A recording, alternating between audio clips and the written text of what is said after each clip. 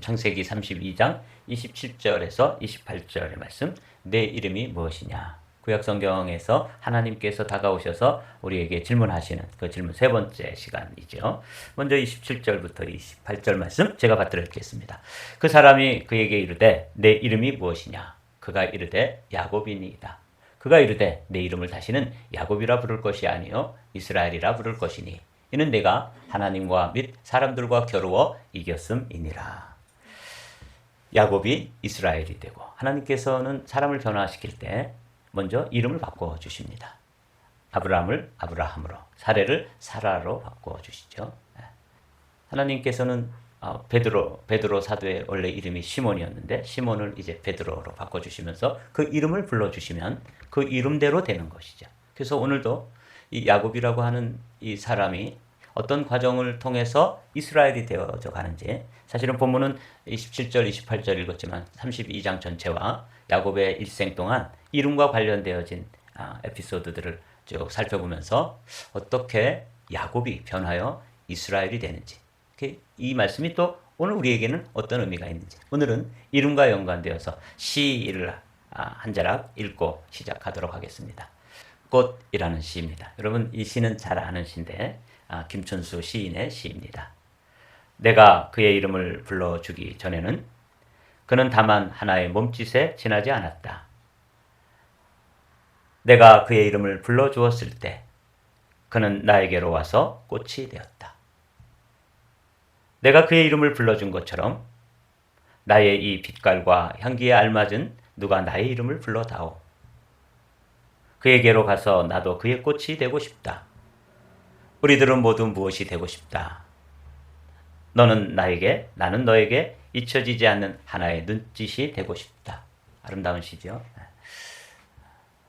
들에 피어있는 그 들꽃들이 아무것도 아니고 나와 아무런 상관이 없었는데 내가 그 꽃에게 다가가서 그 꽃의 이름을 불러주었을 때 그는 나에게, 그 꽃은 나에게 의미 있는 존재가 되어진다는 것이죠. 마찬가지로 우리가 이제 오늘은 이름에 관련되어진 이야기들을 나누게 될 텐데, 성경에는 지명 또는 인명, 이게 또 이름의 의미가 담겨 있어요. 최초의 사람 아담도 처음 하나님께서 지어 놓으시고 그리고 지어주신 그 동물들을 그에게 데리고 왔을 때 제일 먼저 한 일이 뭐냐면 이름을 불러주는 것입니다. 흥미롭죠?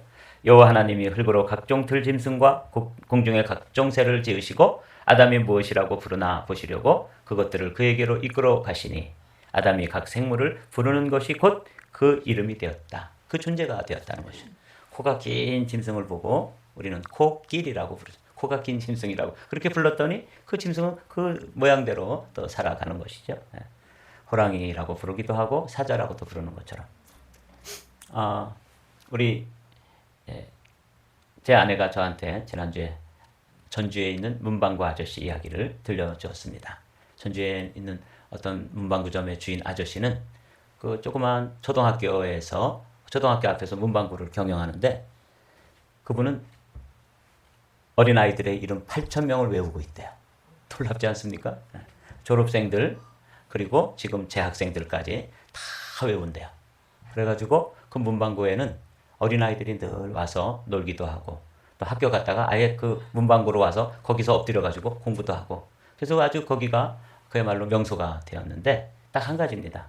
이름을 외워서 이름을 불러주는 거죠. 그랬더니 그 어린아이들이 자기 이름을 불러주고 자기를 알아주고 자기를 이해해주는 그 문방구 아저씨가 마치 삼촌처럼 또 형님처럼 그렇게 돼서 그곳에 그냥 아이들이 늘 와서 놀기도 하고 또 뭐 놀이도 하고 자기들끼리 공부도 하고 이렇게 하는 곳이라 그래요.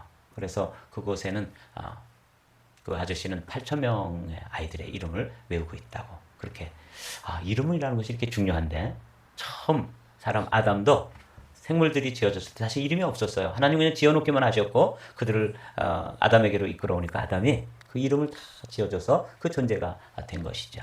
오늘은 이름과 연관되어진 야곱이라고 하는 인물에 관해서 함께 말씀을 좀 나누려고 해요. 이 야곱은 아주 독특한 인물입니다. 사실 야곱 이야기가 누구 이야기냐면 우리 이야기예요. 야곱은 태어날 때 이란성 쌍둥이로 태어났습니다. 근데 태어날 때부터 지는 것, 뒤지는 것, 뒤떨어지는 것, 이거 견디지 못하는 그런 아주 승부욕이 있는 그런 사람이었는데 원래 1등으로 나오고 싶었는데 형 에서가 먼저 나오는 바람에 아주 흥미롭게도 그 발뒤꿈치, 형의 발뒤꿈치를 잡고 태어난 사람이 야곱이에요. 그래서 하도 신기한 일이 일어나니까 그 부모들이 이름을 이제 지어줬죠. 야곱이다. 이놈은 야곱이야. 그래서 그 이름의 뜻이 무엇인가 하면 발뒤꿈치를 잡는다. 이제 아주 쉽게 표현하면 다른 사람한테 지지 않고 다른 사람 사기치고 속여먹고 등치고 뭐 이런 인물이에요. 이 야곱인데 이 야곱이 이제 자라나면서 어느 날 붉은 음식이죠. 팥죽이라고 그냥 그러더라고요. 팥죽을 끓이고 있었는데 형이 들사람이었기 때문에 밖에 나가서 이제 사냥을 하다가 돌아오다 시장하니까 나 그 음식을 좀 먹으면 안 되겠니? 한 그릇 다오. 그랬을 때 이 야곱이 본인의 그 본래 가지고 있는 속성이 뭐 하는 사람이에요? 발뒤꿈치를 잡고 늘어지는 사람이에요. 그러니까 형 발뒤꿈치를 잡고 늘어지는 거죠. 형이 나보다 장자인데 형인데 내가 형하고 네가 동생하면 안 되겠냐? 그럼 내가 이 음식을 주겠다. 그리고 형이 생각할 때 뭐 그거 배고픈 게 지금 중요하지 뭐 형 명분 그런 거는 사실은 뭐 아무것도 아니니까 그거를 이제 동생에게 팥죽 한 그릇에 팔아버리게 되죠. 그래서 성경은 그때 에서의 행동을 장자의 명분을 경홀히 여겼다. 가볍게 여긴 거죠. 여하간 야곱은 그런 인물입니다. 그리고 어느 날 아버지가 점점 나이가 들어서 내가 이제 마지막으로 내 삶이 맞춰지기 전에 내가 내 장자 에서를 축복하고 죽어야 되겠다. 그래서 에서에게 가서 사냥을 해가지고 맛있는 별미를 만들어 가지고 오면 내가 그 음식을 먹고 너를 축복해 주겠다. 이건 굉장히 중요한 일입니다. 특히 히브리 전통에 있어서 아버지가 그 장자를 축복하고 장자에게 모든 그 아브라함으로부터 이삭에게로 온 그 복을 이제 에서에게 다 물려주기 위해서 그런 예식을 하겠다는 거죠. 이 사실을 안 엄마가 에서가 이제 짐승을 잡으러 간 사이에 빨리 가가지고 우리에서 아주 살지고 기름진 양 한 마리를 잡아서 별미를 만들어서 그리고 이제 야곱에게 에서의 옷을 입히고 야곱이 털 사람이기 때문에 털을 붙이고 그래서 이제 갔죠. 그래서 아버지 앞에 갔는데 아버지가 아무래도 느낌이 이상한 거예요. 이렇게 빨리 올 수가 없는데 빨리 왔고 또 목소리를 들어보면은 이게 야곱인데 자기가 에서라고 그러는 거야. 자, 그럴 때 질문을 하죠. 야곱이 아버지에게 나아가서 내 아버지여 하고 부르니 이르되 내가 여기 있노라. 내 아들아 내가 누구냐? 이렇게 질문하죠. 이때 이제 야곱이 형의 이름을 대고 아버지를 사기칩니다. 속이는 거죠. 야곱이 아버지에게 대답하되 나는 아버지의 맏아들 에서로소이다. 아버지께서 내게 명하신 대로 내가 하였사오니 원하건대 일어나 앉아서 내가 사냥한 고기를 잡수시고 아버지 마음껏 내게 축복하소서.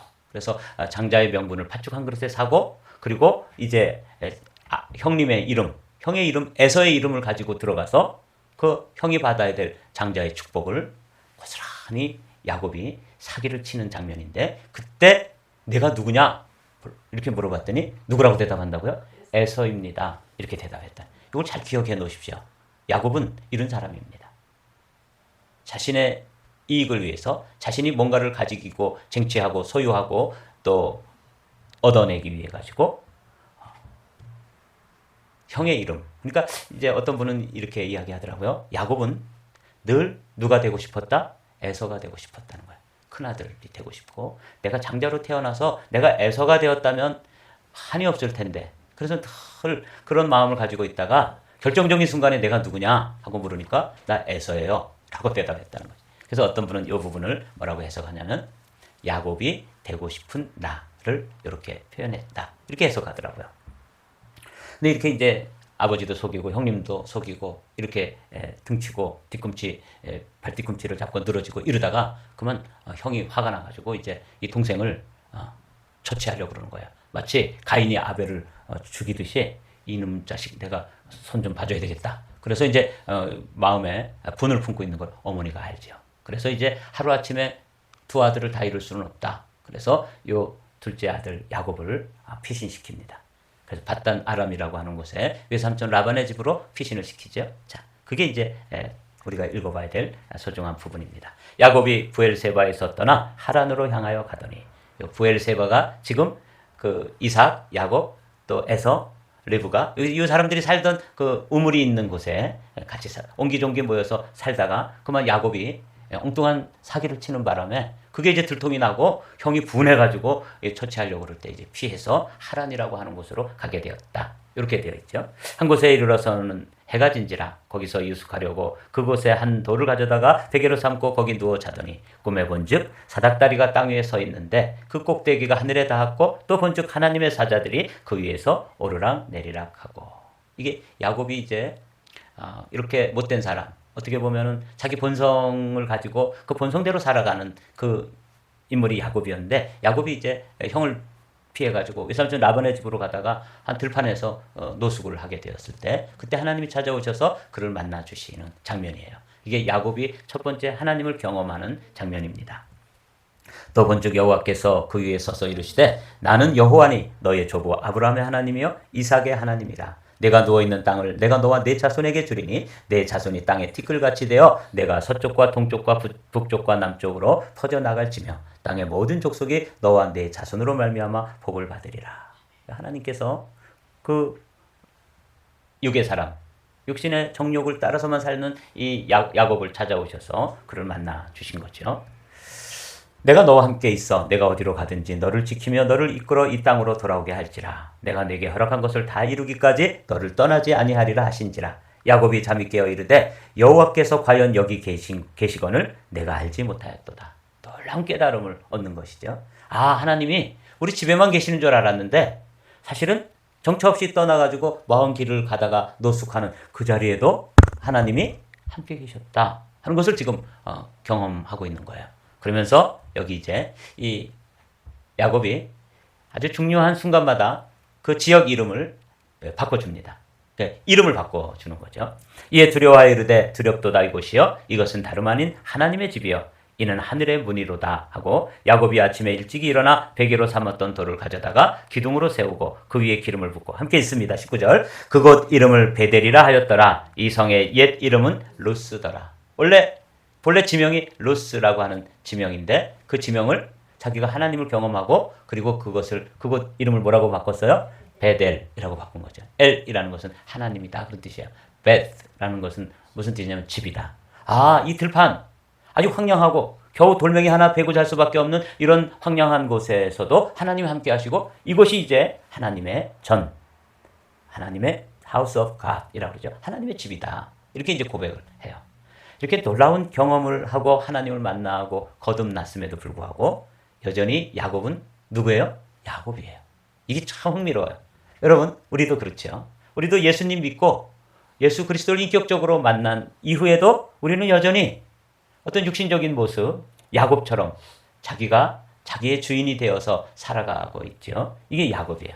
이 베델을 통과했음에도 불구하고 여전히 이 사람은 야곱이에요. 그래서 20년 동안 이제 외삼촌 라반의 집에 가서 살게 되는데 거기서 자기보다 더 한 수 위의 사람 외삼촌 라반을 만나서 온갖 사기를 당합니다. 사기꾼이 또 사기꾼을 만나는 것이죠. 그 삶을 통해 가지고 계속해서 야곱이 이제 자기 자신의 그 자아를 가지고 죽지 않는 자아, 아직도 십자가에 처리되지 않는 자아를 가지고 20년 동안을 살아가죠. 그때 이 사람이 누구냐면 야곱이에요. 한번 오늘은 에서라고 자기를 속이던 야곱, 그 사람이 베델에서 하나님을 경험했고 하나님을 믿는 그런 사람이 됐음에도 불구하고 여전히 아직도 성화되어지지 않고 아직도 자신의 본성대로 살아가는 그 삶의 모습을 뭐라고 그러냐면 야곱이다 이렇게 부르는 거죠. 그가 이르되 날이 세려하니 나로 가게 하라. 야곱이 이르되 당신이 내게 축복하지 아니하면 가게 하지 아니하겠나이다. 그 사람이 그에게 이르되 내 이름이 무엇이냐? 다 같이 읽습니다. 그가 이르되 야곱이니이다. 여러분, 이게 굉장히 중요한 고백입니다.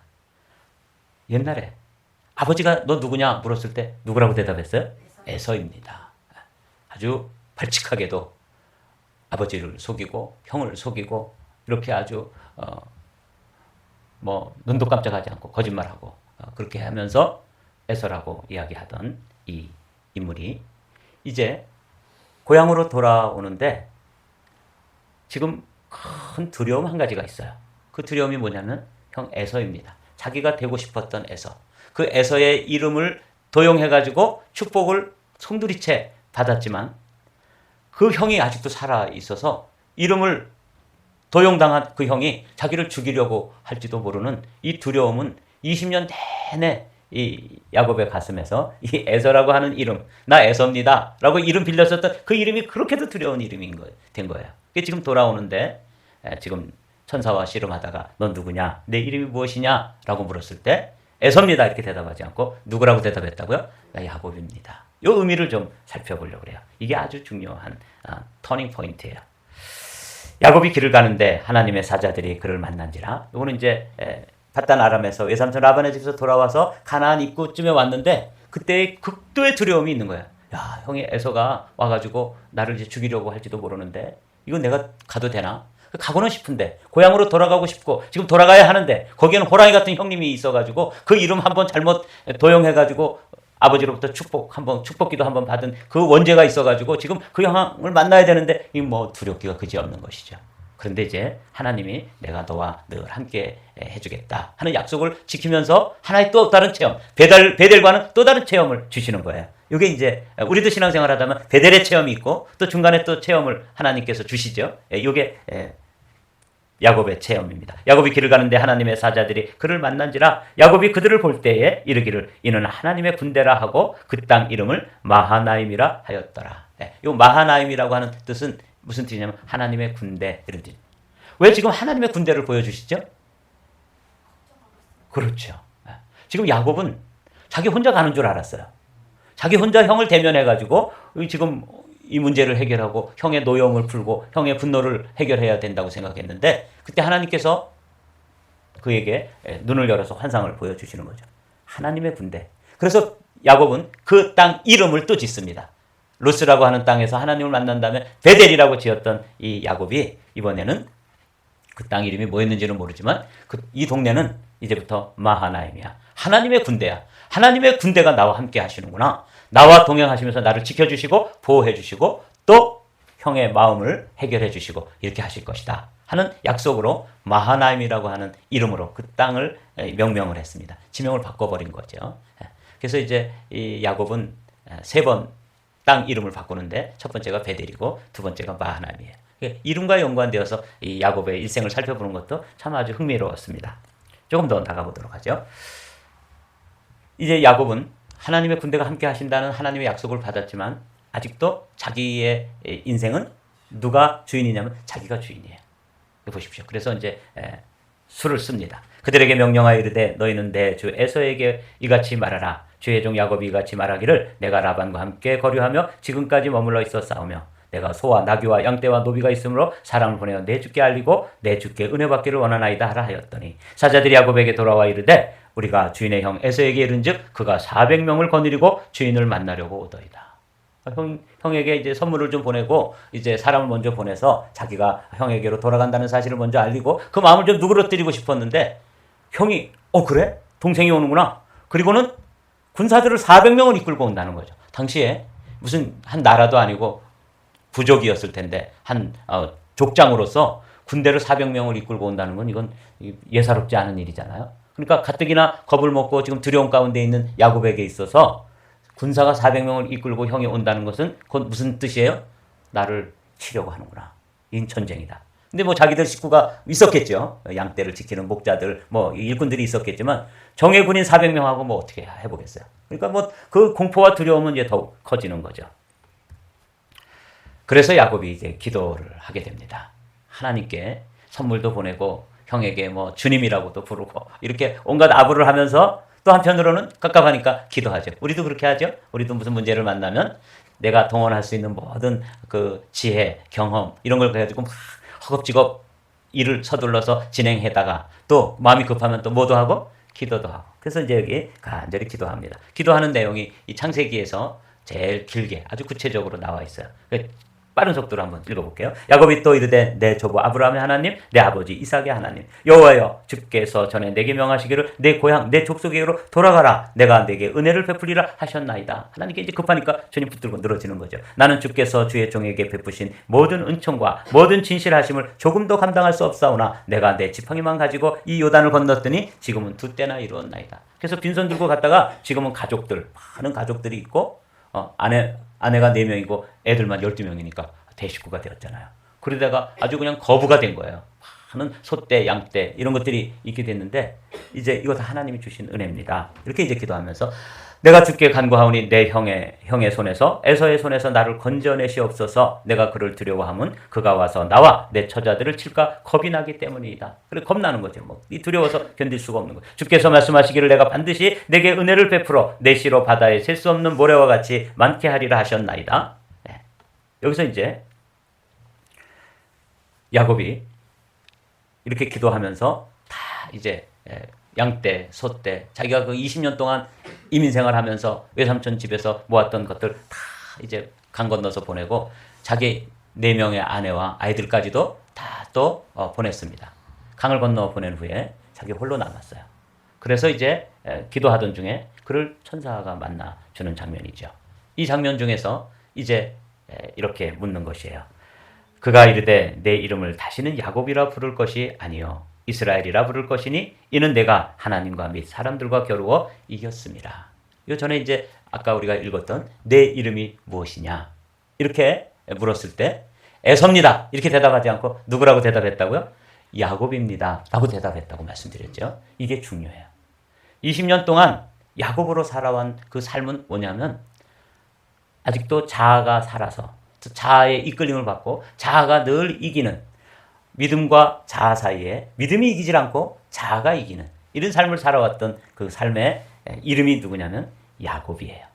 내 이름이 무엇이냐라고 대답했을 때 질문을 했을 때 뭐라고 대답을 하냐면 내 이름이 야곱입니다. 그래서 요 야곱이라고 답하는 요것을 학자들은 뭐라고 얘기하냐면 자기의 실제의 모습 원래 아버지가 물어봐도 에서입니다 라고 대답했던 요 사기꾼이 이제는 자기 자신의 제대로 된 모습을 그 천사에게 그대로 고백하는 것이죠. 저는 사기꾼입니다.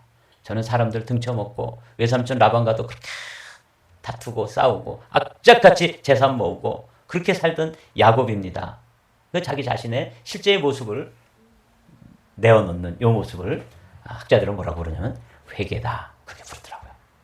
제가 내 이름이 무엇이냐 이름을 몰라서 묻는 게 아니잖아요. 내 이름이 무엇이냐라고 씨름하던 밤새워 씨름하던 그 천사가 이름을 물었을 때 그때 자기의 진짜 모습 자기의 진짜 자기를 하나님 앞에 열어놓는 거죠. 저 야곱이에요.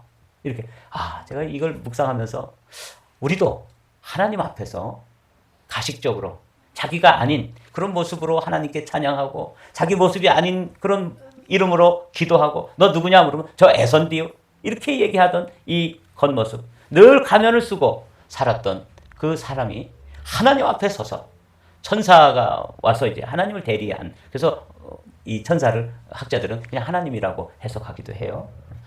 사랑하는 성도 여러분 그 하나님 앞에서 단독자로 서서 이제 홀로 남았어요. 자녀들도 다 강 건너가고 아내들도 다 강 건너가고 자기가 그렇게 애지중지하던 재산도 다 강 건너갔어. 이제는 하나님 손에 맡긴 거예요. 뭐 어떻게 하겠어요. 형이 400명 이끌고 온다는데 감당할 수 없잖아요. 그래서 이제 다 맡긴 후에 너 누구냐? 내 이름이 무엇이냐? 라고 물었을 때 뭐라고 대답한다고요? 저 야곱입니다. 저 형편없는 놈입니다. 자기 모습 그대로를 하나님께 열어드리는 거죠. 여러분 이 경험이 필요합니다. 우리에게도 너 누구냐? 저 에서입니다. 라고 대답하던 이 인물이 20년 동안의 풍상을 겪고 이제 결정적인 순간에 잠시 후면은 형 에서의 손에 어떻게 될지 모르는 그 절박한 순간에 하나님께서 내 이름이 무엇이냐라고 다가왔을 때 뭐라고 대답한다고요? 저 야곱입니다. 제 자아가 살아서 베델에서 하나님께 저를 만나주셨고 그렇게 마하나임과 같은 군대로 하나님께서 동행해 주시고 이렇게 계속 함께 해주시는데도 사실은 저는 꿈쩍도 하지 않고 누구로 살았어요? 야곱으로 살았다는 거예요. 아버지 발뒤꿈치 잡고 형 발뒤꿈치 잡고 심지어는 하나님 발뒤꿈치라도 잡아서 하나님까지도 사기쳐가지고 하여튼 자기 욕심을 이루려고 하는 야곱. 그 야곱이 자기 자신을 이제 고백한 거죠. 그때 만나주신 하나님이 뭐라고 불렀냐면 다시는 야곱이라고 부르지 말고 이스라엘이라고 해라. 이 의미가 어마어마한 축복의 의미가 담겨 있었습니다.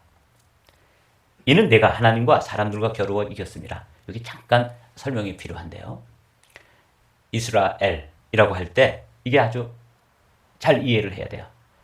다니엘 그러면 주어가 뭐냐면 엘이에요. 그래서 하나님이란 뜻이거든요. 하나님이 판단하신다. 사무엘 하면은 하나님께서 구하는 것을 들어주셨다. 여기서도 이스라엘 하면 하나님이 이기신다 이런 뜻으로 해석해야 된다는 거예요. 그런데 그 뒤에 말을 우리가 그 뒤에 구절 때문에 이 말을 잠깐 혼돈스럽게 생각하는 경우가 있는데 이는 내가 하나님과 및 사람들과 겨루어 이겼습니다. 이게 누구냐면 야곱이에요. 늘 자기가 이겨낸 하나님이 뭐라고 말씀하셔도 그 말씀을 거절하고 그 말씀을 반대로 해가지고 누가 이겨냈어요? 야곱이 늘 이기던 삶이었습니다. 이게 과거의 삶이라면 너는 이제부터 야곱이라고 부르지 말고 누구라고 부르라? 하나님이 너를 이긴다. 하나님께서 이기시는 삶.